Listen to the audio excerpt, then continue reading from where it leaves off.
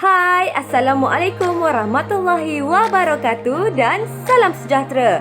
Baiklah, untuk kelas Bahasa Melayu tahun 5 pada hari ini, tajuk kita ialah Keselamatan Makanan Ketika Banjir.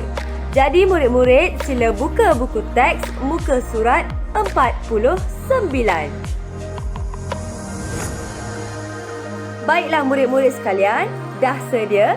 Okey, aktiviti kita pada hari ini ialah murid membaca maklumat dalam buku teks muka surat 49 untuk membuat rumusan dalam bentuk peta minda. Sedia? Jom! Keselamatan makanan ketika banjir.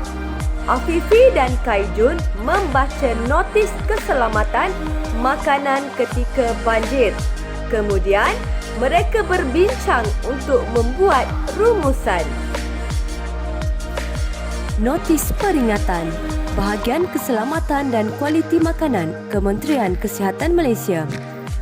Bencana banjir mampu mencetuskan penularan penyakit berjangkit.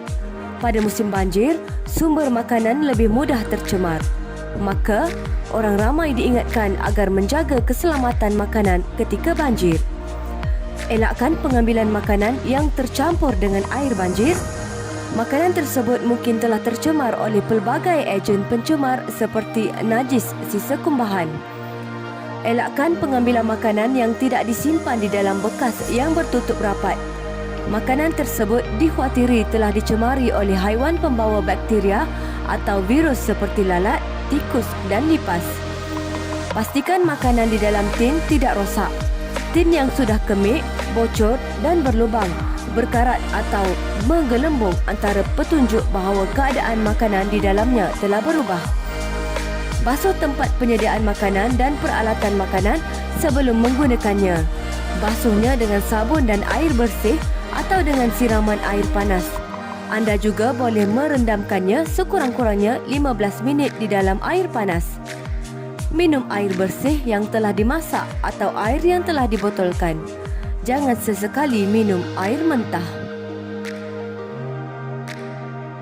Baiklah murid-murid, kita telah pun membaca notis tentang keselamatan makanan ketika banjir. Seterusnya kita akan membuat rumusan dalam bentuk peta minda.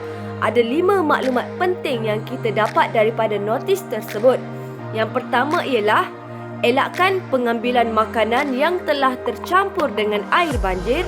Yang kedua, elakkan pengambilan makanan yang tidak disimpan di dalam bekas yang bertutup rapat.